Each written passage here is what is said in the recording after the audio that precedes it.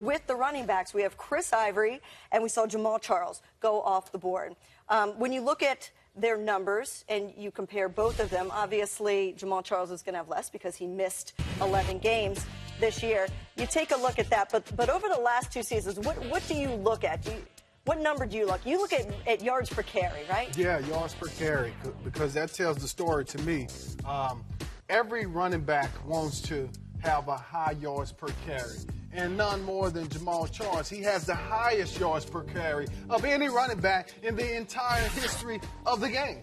Right. And I understand that he got hurt last year, and I think, a little bit of what he's going through has to do with Charkandrick West and Spencer Ware, the type of season that they had last year for the Kansas City Chiefs. So a lot of people are looking at Jamaal as, well, has he lost a step? Is this still his spot? Is he still the main running back? Those are all valid questions. But at the end of the day, that's not a valid question. This man is a beast. And if he's healthy, he's the #1 running back. He should be hired. That's not a valid argument. If Jamaal Charles loses a step, okay, he averages 4 or 5 a game, a carry, okay? And you can still win with that, all right? I mean, the guy should be higher on this list. No matter how you want to look at this, if you want to say last year's season and evaluate it that way, or we're supposed to be projecting into what you expect him to be next year. Okay, next year he's going to be healthy. I expect him to go back to that 5 yards a carry. Well, last year, guess what happened? When he got hurt,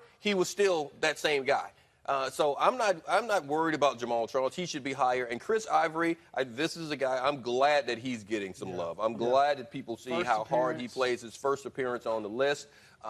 This is a guy that people don't want to hit. We were talking about the fact that he could probably add some years onto his career if he stopped running into people, Amber, because he does not. Thing to do. He has never seen a collision that he didn't like. He didn't like. He's going to run through people. Well, that can take years off your career. He loves it. Let me ask you this about Jamaal Charles, though. According to this list, knowing the number of running backs we have, as it stands, there are 6 running backs better than Jamaal Charles in the NFL right now? Bullcorn. No, that's a new word that I just learned. Yeah, No, seriously, we'll leave it at bullcorn. That came from Texas. That's some Texas blood right there. Yeah, and he's from Texas. But listen, he's the most explosive running back. We already said that. But he's dynamic. He can do everything you ask him to do. He's a willing blocker. He will step up in the hole and try to knock your head off. This guy can. There are not 6 running backs better than Jamaal Charles. If he can catch the ball out of the backfield, he's a matchup nightmare.